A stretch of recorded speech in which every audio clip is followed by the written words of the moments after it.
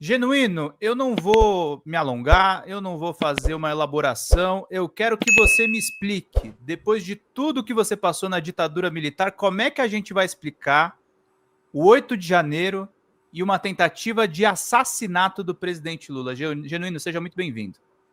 Primeiro, viva o Dia da Consciência Negra. Em segundo lugar, Pedro, é um prazer falar contigo e é uma honra estar participando desse programa da Folha Democrata.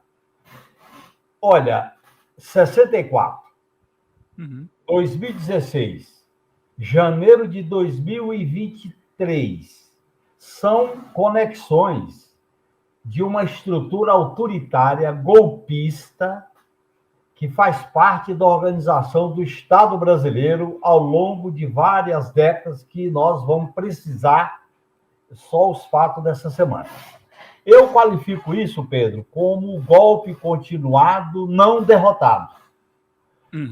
Aquela bomba jogada na frente do Supremo, essas revelações de uma delação que, na verdade, era protelação do Mauro Cid, os acontecimentos do dia 8 de janeiro, os acontecimentos em Brasília na diplomação do presidente Lula, os acampamentos nos quartéis, não tem acampamento em quartel sem a conivência dos chefes militares, os discursos do Bolsonaro questionando as urnas e pregando o golpe, as várias manifestações que ocorreram, principalmente a partir de 2021, marchas, carreatas, caminhadas, sempre objetivando o golpe.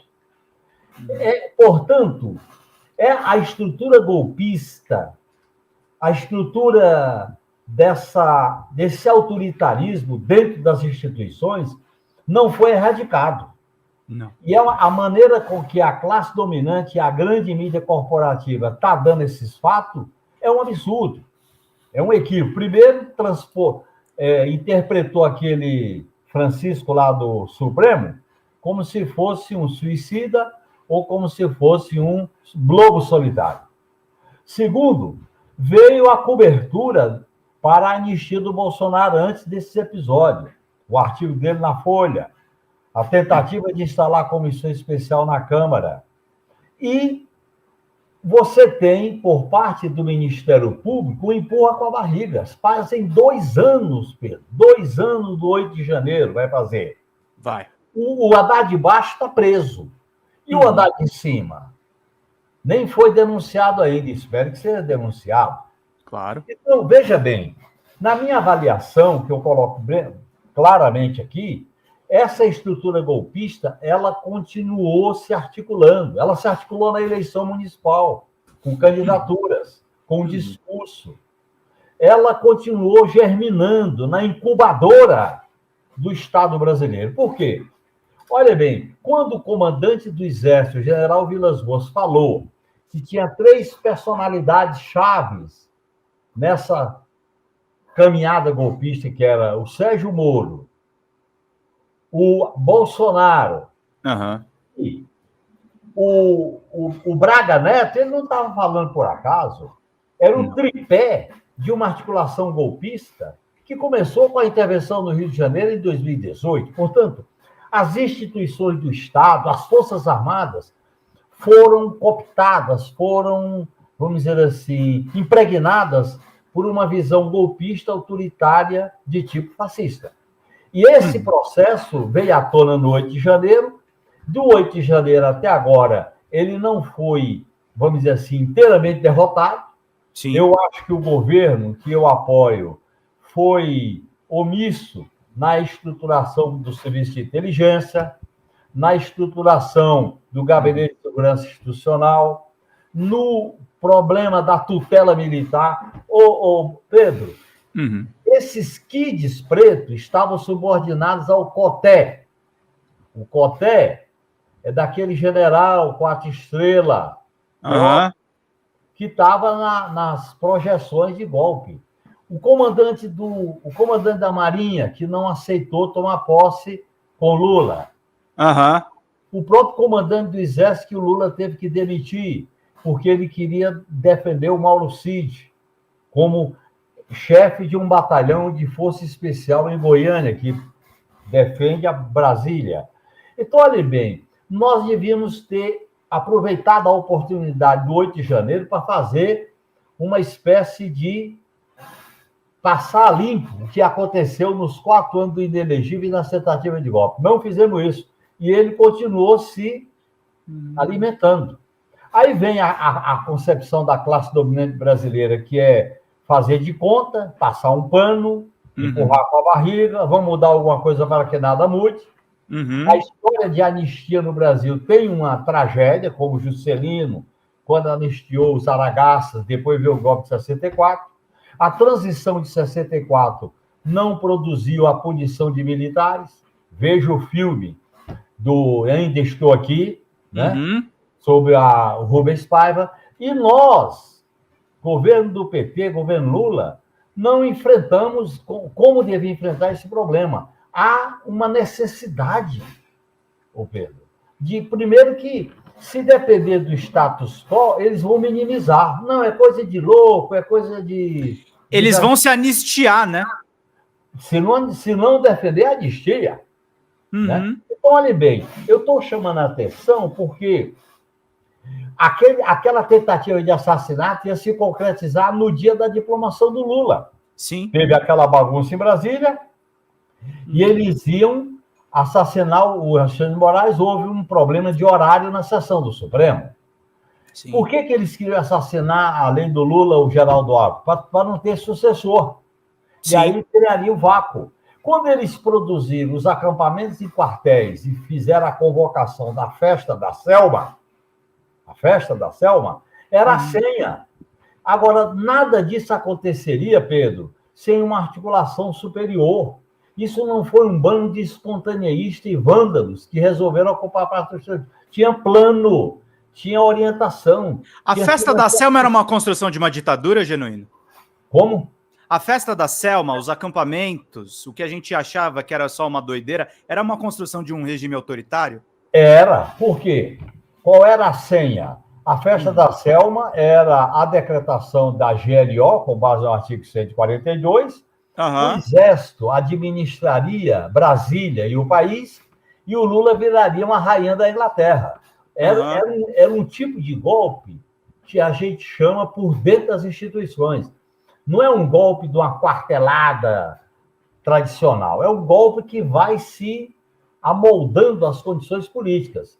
Eu acho que quando eles viram aquela posse no dia 1º de janeiro, o pessoal gritando, sem anistia, e ainda não se falava, olha bem a previsão do povo, sem anistia, no dia 1º de janeiro. Quando eles viram a posse do povo subir na rampa, e aquela grande ocupação de Brasília, da esplanada, aí eles se precipitaram para dar o golpe. Foi o que aconteceu no 8 de janeiro.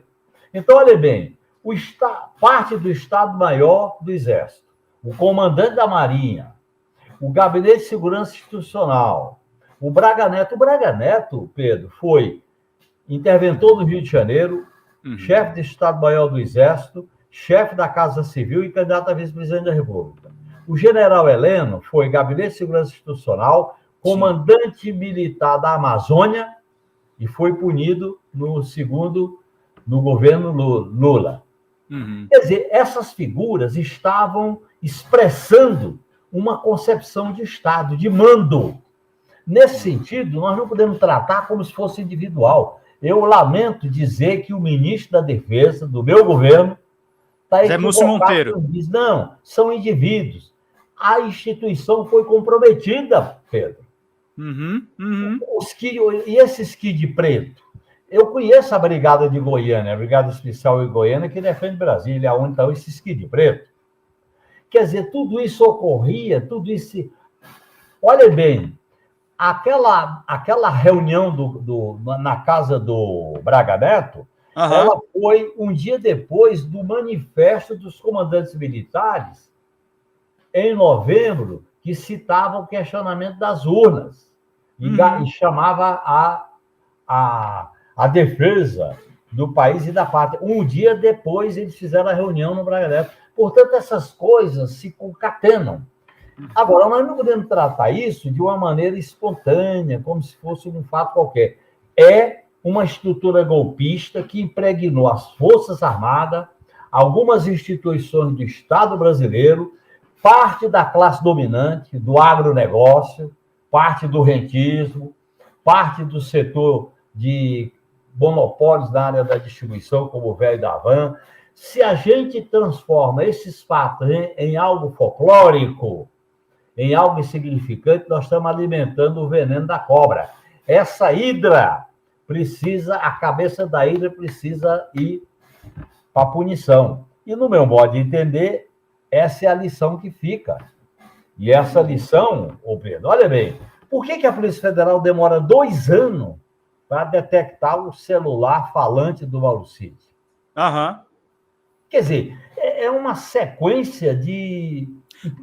O próprio Bolsonaro já tinha sacado o tamanho do problema, né? Porque eu me lembro bem, Genuíno, ele faz aquela coletiva berrando ali com o Datena e ele fala, levaram o celular do meu ajudante de ordens.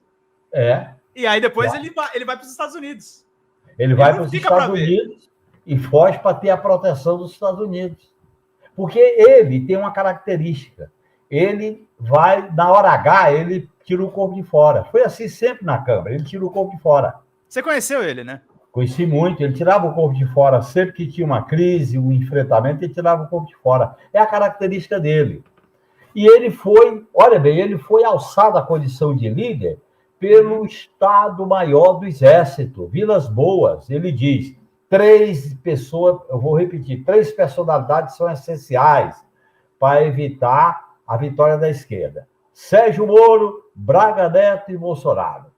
E qual era o discurso naquela época do golpe antes do Bolsonaro ganhar a eleição? A guerra interna, recupera-se esse conceito, contra a revolução cultural, a lá Olavo de Carvalho, contra o politicamente correto, que eram as manifestações das mulheres, da comunidade LGBTQIA+, da juventude e do povo negro, e a Comissão da Verdade, que foi o bode na sala, para eles se justificarem a unidade das Forças Armadas na senha golpista. E olha bem, Pedro, eles botaram 2 generais de 4 estrelas para assessorar o presidente do Supremo, e o presidente do Supremo covardemente aceitou o Toffoli. Quer dizer, você não pode imaginar uma preparação desse porte ser uma coisa insignificante. Eu acho que a oposição, nós, do governo, menosprezamos o que representou a tentativa de golpe do 8 de janeiro. Foi muito grave. Como foi grave, por exemplo, a bomba no Supremo. E olha bem como é que é. No dia que já jogaram a bomba no Supremo, que foi... O rapaz explodiu, né? Explodiu. O Senado continuou realizando uma sessão durante 1 hora.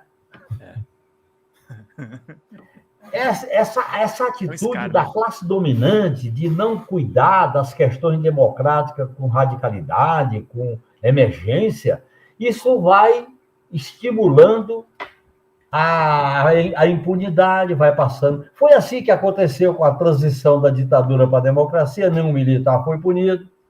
Foi assim que aconteceu, inclusive, nos nossos governos, que não houve punição, não houve nenhum pedido de desculpa diante dos crimes.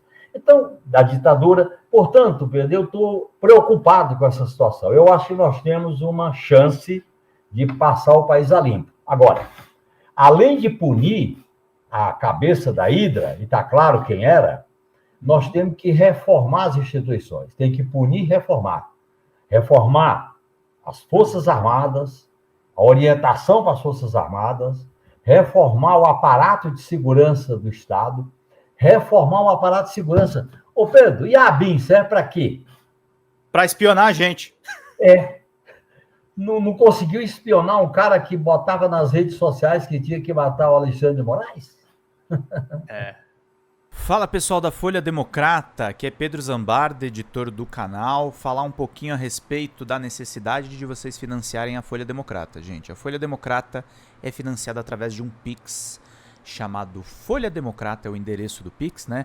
folhademocrata@gmail.com. Nós precisamos do nosso jornalismo financiado por vocês que são do nosso público, porque nós passamos vários perrengues aqui com o YouTube, vocês sabem muito bem. E mesmo assim, graças a essa comunidade muito unida, a gente conseguiu fazer lives históricas, acompanhar praticamente ao vivo a campanha do Guilherme Boulos, trazer informações exclusivas a respeito de Gustavo Gayer, de Olavo de Carvalho, de todos os bolsonaristas, combater as fake news e tudo o que a gente acompanha. Por R$80 no nosso Pix você ganha um curso de roteiro para série, o que é muito importante se você é artista, roteirista, se você lida com essas práticas da economia criativa. Outra forma de você colaborar também é se tornando membro aqui do nosso canal. Isso é muito importante para você fazer as suas atividades por aqui, porque você tem acesso a vídeos exclusivos e nós temos um curso de jornalismo básico para você poder acompanhar a partir de R$5, que é ministrado por mim. A gente tem aí quase uma dezena de aulas e muito conteúdo para você poder acompanhar. Meus caros, minhas caras, financiem o jornalismo independente, financiem o jornalismo que se posiciona à esquerda, financiem o jornalismo na internet, que traz informações confiáveis, checadas, que cruza informações e que trata você, que é o nosso público, de uma maneira muito séria. Vida longa e próspera, gente. Cuidem dos seus. Até mais. Tchau, tchau.